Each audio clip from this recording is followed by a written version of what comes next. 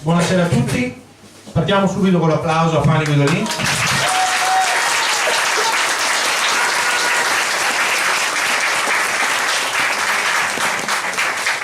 Vincitrice sezioni inediti, premio Pronola 2017 con il libro Storie di straordinaria poesia, di cui molti di voi sono protagonisti, vincitrice assoluta, con ovazione da parte delle Sgherie. Abbiamo qui con noi il vice sindaco di Castelfranco Giovine e l'assessore alla cultura Pivotti, che invito a fare due parole prima di cominciare la presentazione. Grazie, buonasera a tutti, è un'occasione che ci vede come amministrazione sicuramente vicini alla scrittrice Fanny Guidolin. Assieme a me, appunto, come avete visto, c'è l'assessore alla cultura Franco Pivotti, che poi magari entrerà nel merito di quello che è anche la cultura a Castelfranco. È un piacere naturalmente portare il saluto anche del sindaco che è fuori Castelfranco stasera e per qualche giorno, e soprattutto essere vicino a questa bella signora, ma soprattutto brava professionista, che ho potuto conoscere forse qualche tempo fa attraverso l'associazione che casualmente ho incontrato in treno, la conoscenza di questa associazione con il presidente di ritorno da Roma, e che mi ha sicuramente emozionato per il lavoro che svolgono. Lo svolgono in silenzio, con grande professionalità. Lo dimostra la sensibilità che ha messo in questo libro, il fatto di far avvicinare il mondo, diciamo così, tra virgolette, forse un po' più fortunato, non colpito da queste patologie, ma metterle sicuramente nella condizione di così saperle eventualmente affrontare. Di questo te ne sono grato particolarmente, proprio perché come rappresentante della, diciamo così, della città dobbiamo sicuramente essere vicini a chi fa questo tipo di lavoro, soprattutto nell'ambito ospedaliero. Tanto il vituperato mondo della sanità si dimostra invece quando c'è una persona professionale, preparata e soprattutto sensibile, che lavora col cuore, anche in questo ambito si può fare molto bene. Complimenti ancora.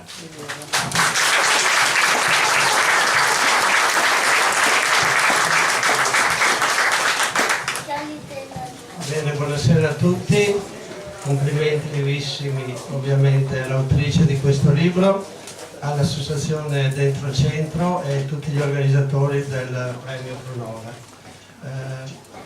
Io dirò due cose rispetto a quello che l'assessorato alla cultura vede nella promozione della lettura e della letteratura.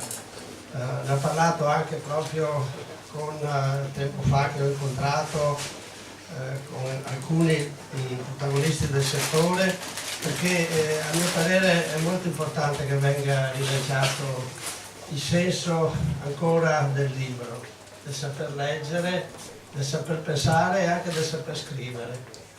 Il saper scrivere che può essere alla portata di tutti, basta avere delle idee, basta avere delle storie vere. Io penso che se si raccontano delle storie vere, delle storie che nascono dal cuore, da di dentro, come è stato questo libro, quindi da vicende vissute, colpiscono veramente il cuore della gente e arrivano all'anima della gente. Quindi noi riteniamo che vada promossa nelle attività culturali proprio questo aspetto letterario, e in quanto tale noi pensiamo di rafforzare la biblioteca di Castelfranco Veneto, la biblioteca di Castelfranco Veneto che deve diventare il centro culturale della città, e quindi siamo per ampliare l'offerta anche in tempi di orari di apertura della biblioteca stessa e di potenziamento, e anche di una serie di attività che promuovono la letteratura. Vi faccio solo un esempio di queste iniziative. Qui a luglio partiremo a breve con le serate, diciamo, musicali. Bene, io ho voluto che in partenza di queste serate musicali ci fosse un evento letterario che sarà una serie di brani scelti dalle opere del nostro grande scrittore veneto scomparso Luigi Meneghello. Luigi Meneghello, che interpreta la cultura veneta che però è riuscito a portarla anche a livello internazionale, avendo insegnato per anni all'Università di Reading in Inghilterra. E quindi ho voluto proprio che si aprisse uno spettacolo letterario in cui si recitano brani delle sue opere, quella che sarà la stagione musicale di luglio qui a Castelfranco all'Arena del Teatro. E poi anche il collegamento con le scuole, con la gente, perché gli studenti devono cominciare a ritornare a leggere i libri. C'è poco da fare. Nel mondo di Facebook, nel mondo dei social network si sta perdendo il gusto di leggere, di scrivere e di raccontare storie vere.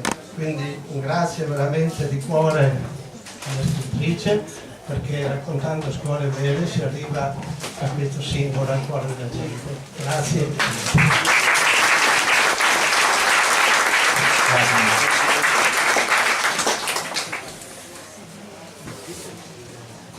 Eccoci.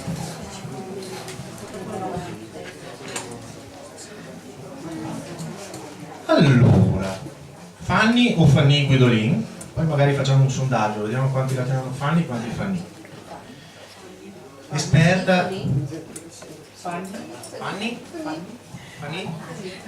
50 e 50. Allora, dov'è la mamma? Vedo il papà, non vedo la mamma. Eccola là. Fanny o Fanny? Fanny. Fanny. Signora? Fanny. Fanny, niente, vince Fanny. Vabbè, Fanny. Allora, Fanny, esperta in sconia e pavimento pelvico. Ora, tra l'altro sono messo bene, visto che sei esperta in pavimento pelvico, perché ho anche il problema che mi fa male la caviglia, avete visto che zoppo un pochino. Apri le scapole.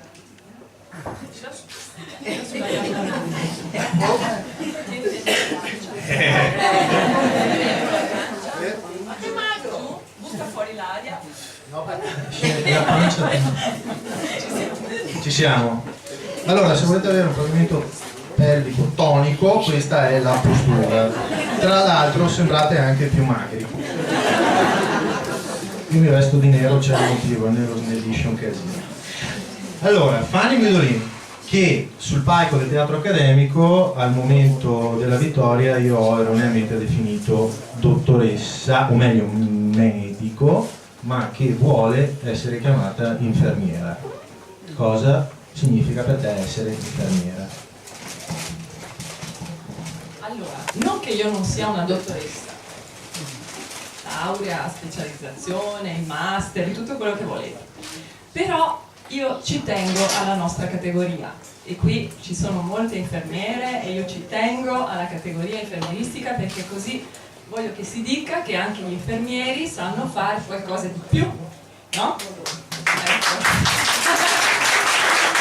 E soprattutto io volevo abbattere uno stereotipo, perché l'infermiera non è solo quella che pianta gli aghi nelle chiappe, spinge i carrelli alla candy, ok? Oppure ti fa la flebo, basta. L'infermiera non è quella solo. L'infermiera è specializzata, sa parlare, studia psicologia, sa fare tante cose. E questo libro, io spero in questo libro che ci sia una svolta, appunto, quindi spero che questo libro arrivi anche ai banchi di infermieristica per insegnare agli studenti a fare l'infermiera così completa, capite? Non che mi si dica, ah, sei infermiera, che reparto lavori? Ah, no, io ho paura delle punture, per carità, no. Averci. Allora, quindi infermiera, lontana dallo stereotipo che hanno in testa, alla candy, tutti quanti. Il vecchio stereotipo dell'infermiera. Tu ti sei specializzata nell'argomento della stomia e della riabilitazione. Come? Allora, io sono specializzata in uroriabilitazione, riabilitazione dell'incontinenza fecale, urinaria, prolassi, dolore pelvico, disfunzioni perineali post-chirurgiche e insegno anche all'università. adesso agli studenti del master che vogliono diventare super specialisti. E sei curatrice di un blog. Allora, ci racconti un po' la tua storia? Come è andata, come sei diventata infermiera, insegnante, eccetera, eccetera, fino al blog e alla vittoria del premio Pronola.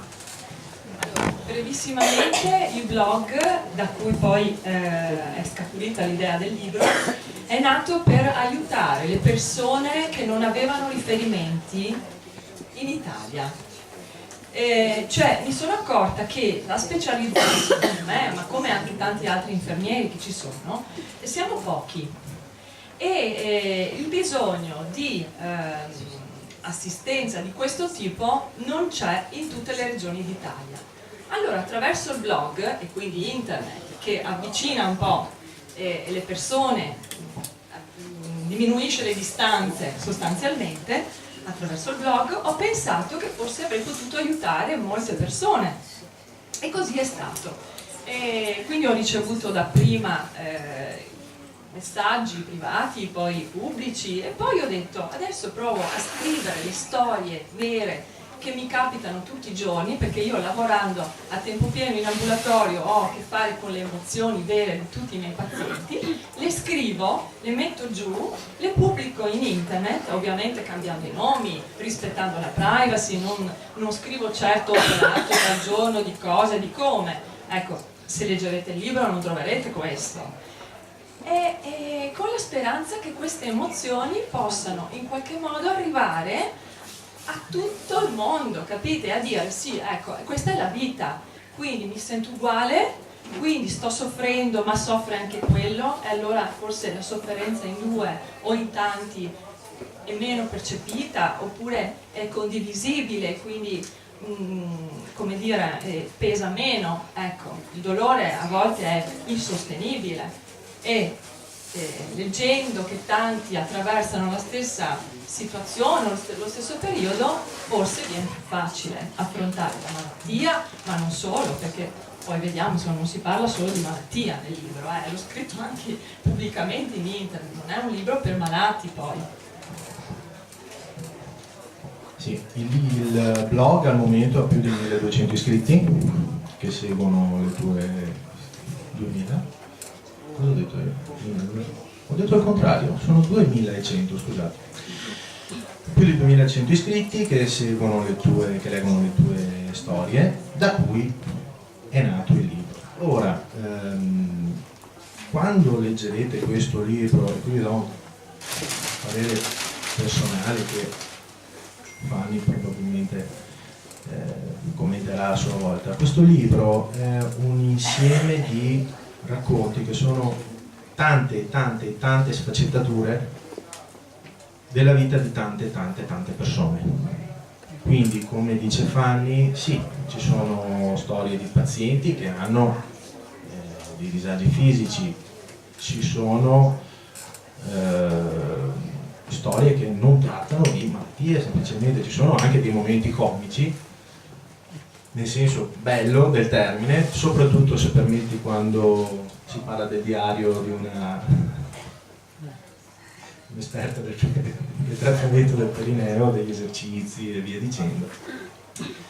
E quello che restituisce il libro è un'immagine difficile da descrivere. Ne parlavo con lei proprio l'altro giorno. Alla fine la sensazione che mi è rimasta dopo averlo detto tutto è quello di aver visto è quello che ogni storia sia un piccolo pezzettino di un puzzle che alla fine va a formare un grande quadro astratto, nel senso che tante storie, tante visioni diverse anche della stessa situazione, dello stesso problema, anche di situazioni che la persona qualsiasi, diciamo, non a cui la persona non penserebbe. Ad esempio, vogliamo fare qualche esempio? Sì, per esempio io dico sempre aprite il libro a caso e vi potete trovare in una storia di tradimento, perché io sono stomaterapista e significa occuparmi di persone che hanno un sacchettino sulla pancia che raccoglie urina o feci, no? Ecco, la stomia fa schifo a volte e la coppia si disintegra letteralmente. E arriviamo anche a tradimenti importanti. Ecco, io ho voluto descriverli perché ho vissuto con me il dramma di alcune pazienti, ma si parla tanto anche dell'amore. Io sono una romanticona, quindi traspare in molte storie, anche se a battermi è il mio compagno, il fatto di romanticismo, ma l'amore c'è in tante storie. Per esempio, si parla di bambini, anche bambini che si ammalano, e si parla anche e tanto di donne. E ho una collega, si chiama Monica, e qua è un'infermiera che ha avuto anche lei un'esperienza di cancro, è stata un'ispiratrice grandiosa di molte storie mie, cancro al seno, per cui non il colon retto che sono solita trovare, capite? Il contatto con i miei pazienti spazia su molti ambiti, perché poi si entra in un livello di confidenza tale per cui mi si racconta un po' tutto quanto, ecco. E quindi si parla di donne anche lottatrici, donne felici, ma donne anche straziate dalla malattia. E quindi questi sono i racconti forse un po' più drammatici che o ti fanno chiudere il libro e dire ma chi me l'ha fatto fare di comprarlo, oppure ti fanno dire ma forse devo smettere di lamentarmi della macchina che si è rotta, per esempio, no? O di altre cavolate. Ecco, quindi fare scaturire un esame di coscienza e essere felici di quello che si ha e soprattutto vivere le piccole cose, ecco, anche questo, ogni storia ha la sua morale, per quello secondo me insegna un po'. Vivere di quello che si ha ogni giorno, delle piccole cose, e secondo me c'è anche un po' la pozione magica per come fare dentro le storie. E poi c'è tanto di me, ma non vi dico quali sono.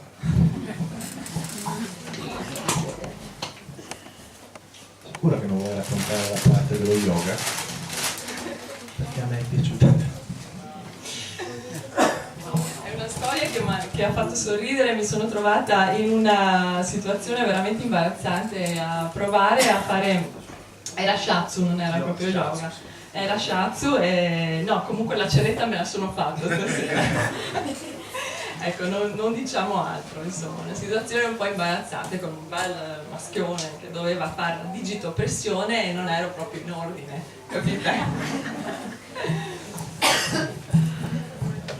Capite quando dicevo si passa, c'è una variabilità molto alta, ma molto alta, però tutte le storie fanno riflettere.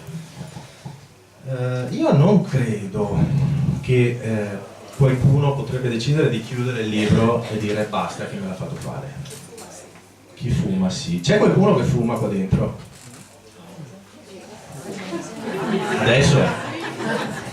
Guarda, allora secondo me quando leggete la storia fumavo, o fate a pezzi il libro o mi scrivete una recensione tipo basta, non ti seguirò mai più, ma vi assicuro, vi invito a leggerla anche chi non fuma, perché quella è proprio la verità. C'è la morte per il cancro ai polmoni, è la morte più brutta che io abbia mai visto nei miei occhi, e cancro ai polmoni per fumo, perché poi abbiamo anche un chirurgo toracico qua che mi può confermare.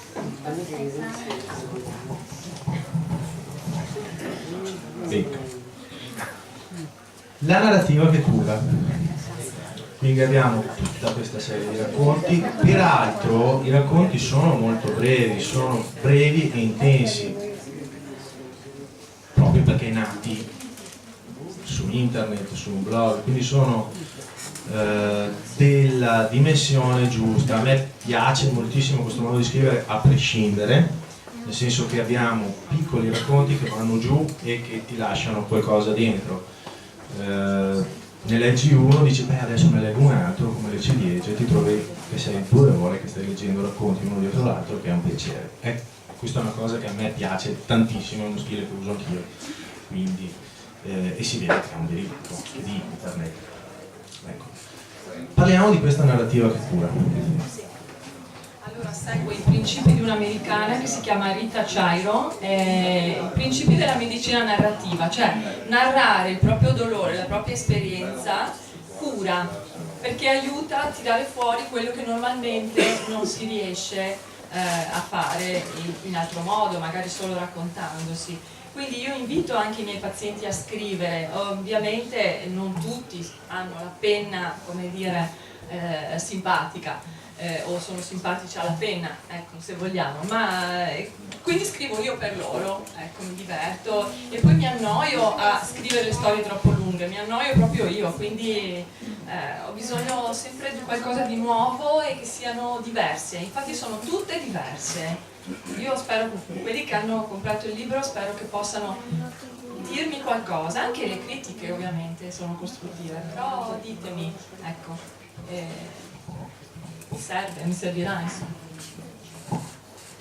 Io quello che penso te l'ho già detto, cioè che il libro è sorprendente, nel senso che non sai cosa aspettarti. Si parlava prima di amore, di tradimenti, però sono storie vere, è vita vera, la vita vera non è come nei film, non sai cosa sta per accadere, è qualcosa di incredibile e ti lascia francamente spiazzato, è un libro spiazzante da questo punto di vista ed è estremamente piacevole.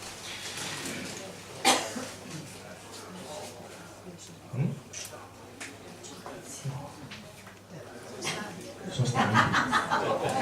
È difficile, adesso andiamo a bere qualcosa, prima però cena. C'è un successo sotto ogni punto di vista, la gente vuole bene, i blog stanno andando avanti, il libro. Io vi guardo da qua, vedo tanti vestiti di rosso, perché rosso era un po' il tema, sarebbe stato bello nella piazza, no? Il tema delle emozioni, del cuore. Vi ringrazio, tutti quelli che hanno messo qualcosa di rosso li ringrazio tanto.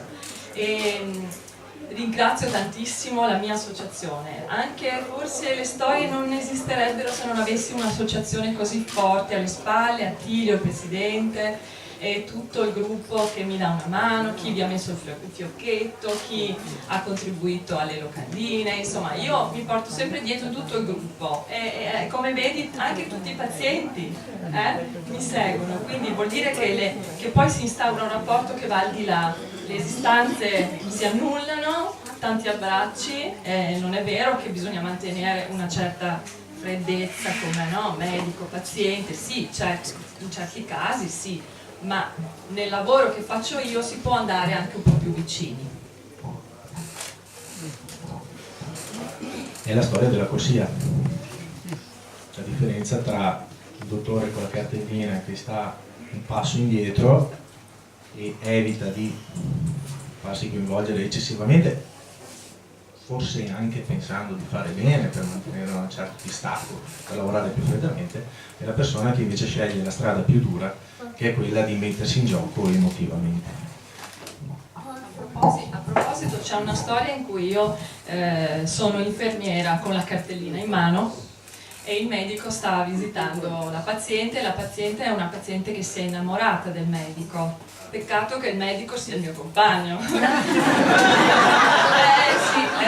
E quindi lì ho dovuto comunque al lavoro sia il lavoro, per cui poi non vi dico. Se volete sapere com'è finita, non c'è scritto sul libro, quindi... però lui è ancora là.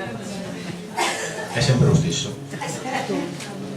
Allora, i due simboli della serata, il cuore rosso e il nastro. Sì, doveva essere non un evento mio, doveva essere un evento di sensibilizzazione, di esplosione di emozioni, di abbracci tra pazienti, con voi, anche con chi non ho mai visto, anche con chi mi segue in internet, su Facebook, su Pelvicstom, ho visto tante persone care dall'America, addirittura è venuta giù, insomma io sono felicissima, sentite un po', insomma, forse anche un po' impacciata, magari leggete e dite ma scrive così e parla così, non è mica lei. No, sono emozionata, vi assicuro. Guardate, ho studiato anche, guarda. Mia mamma mi ha sempre detto che era una secchia. Però posso dirvi anche come è nato un po' il tutto, è nato da un'agendina in cui io mi scrivevo, quando andavo nelle stanze dei pazienti, uno sguardo particolare. Allora cercavo un aggettivo particolare nel vocabolario dei sinonimi e lo scrivevo qua. Quello sguardo acuto, penetrante, serio.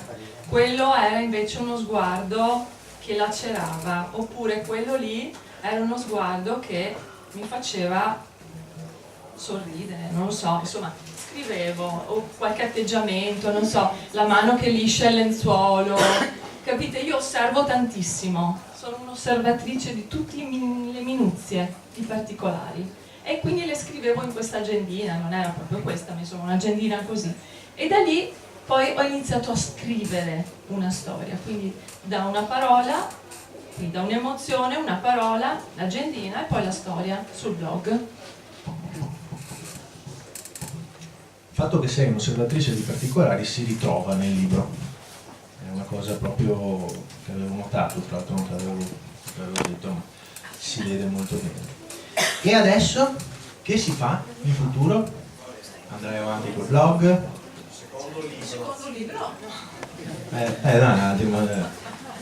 Allora, intanto il premio Prunola è stata una grandissima sorpresa, perché io non l'avevo detto a nessuno che avrei portato il libro, era un inedito, e non lo sapeva neanche il mio compagno,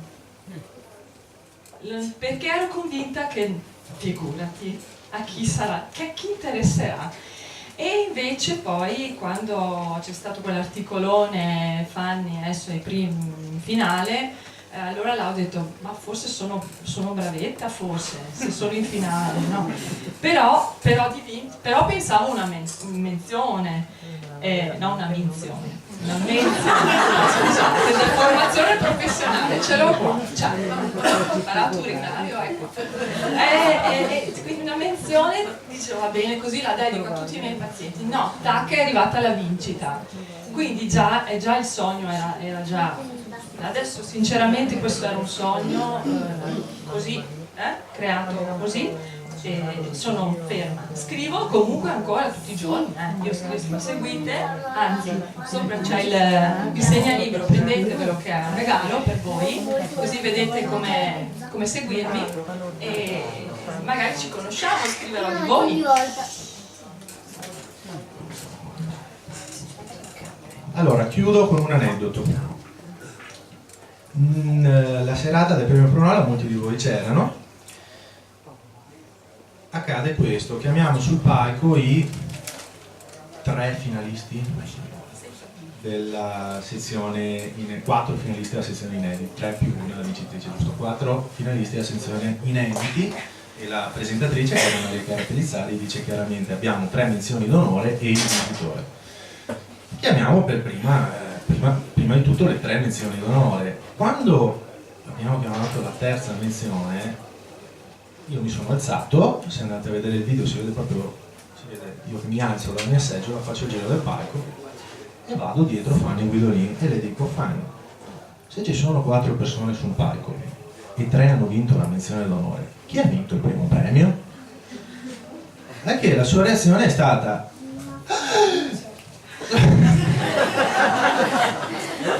perché in quel momento si è resa.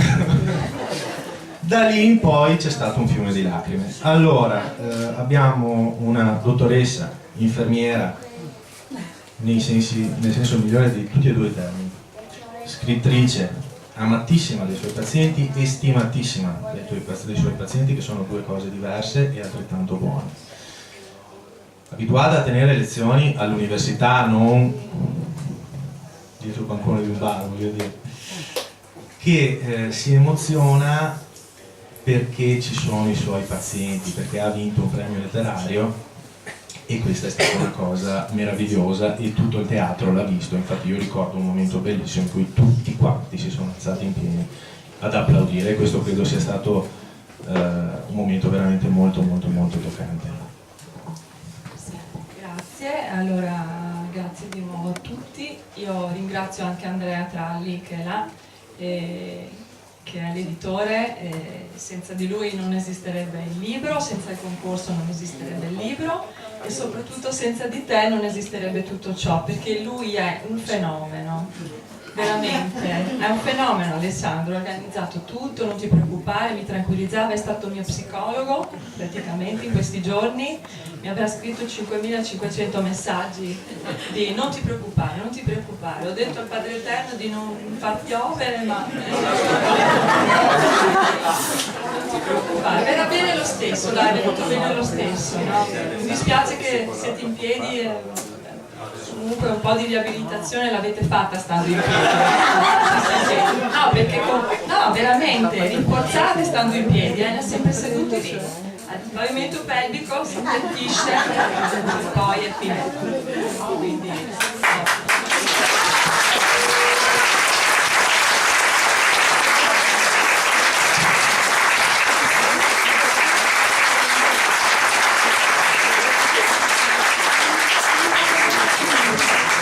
Se prima di andare a fare il brindisi di sopra qualcuno ha qualche domanda da fare, molto volentieri.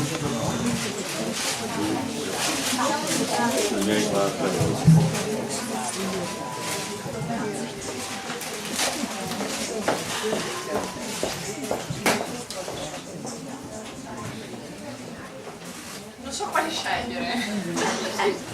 Io, quello dello shiatsu.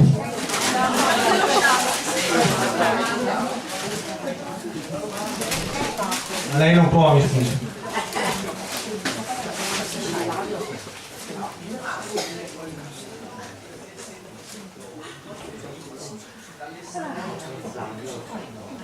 Allora, ripeto per chi non sente perché è in fondo di là, se qualcuno si è sentito ferito dalle storie scritte sul blog. No, perché non feriscono, anzi, e i pazienti sono, anzi, credo quelli che sono qua, protagonisti delle storie, e ovviamente per rispetto della privacy non li intervistiamo, però sono felici, si sentono fieri anzi di essere protagonisti di una storia. Non c'è mai una descrizione negativa, le descrizioni negative non fanno parte del mio carattere comunque, no. E di fare gossip nemmeno, per cui no. Questa è buona sanità, va bene? Ecco, e non riesco a trovare.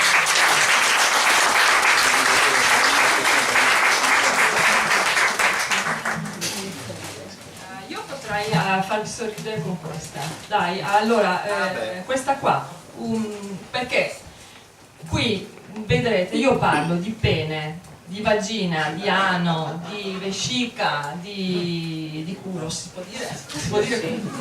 Come se fosse un etto di prosciutto al supermercato. Perché è il mio pane quotidiano, è il lavoro. Ovviamente, professionalmente, si usa un linguaggio professionale. Ma poi, a volte, ci sono dei pazienti in cui tu devi scendere un po' dagli schemi preconfezionati universitari, no? E quella terminologia scientifica che annoia. Allora questa è una storia di un signore, io mi occupo dei pazienti con incontinenza post prostatectomia radicale che a volte subiscono anche il dramma della impotenza dopo la rimozione della prostata. Allora questa è la storia, ve la descrivo così, di che si intitola Un pene esagerato e una donna che non c'è. Cosa significa? Significa che questo uomo ha avuto, e lui mi ha consentito di raccontare la storia, e lo scrivo, respirando tutta l'energia di un uomo a metà.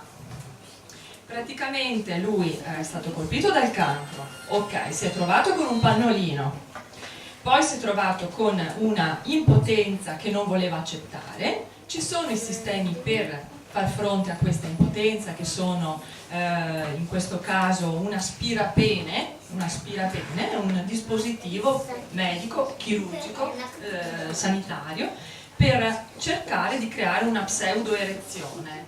Il problema è che tu puoi creare tutte le pseudoerezioni che vuoi, ma se poi hai una donna che la sera si gira dall'altra parte, Allora la maggior parte delle donne dice ma non ti preoccupare, l'importante è che guarisci, stai tranquillo, stai, a me non gli interessa. E questo, a farsi questo esercizio perché a lui interessava. Quindi è un dramma, sapete, quindi non è mai banalizzato il problema, non si banalizza nulla, è molto serio, però capite a volte quali sono le dinamiche di una coppia.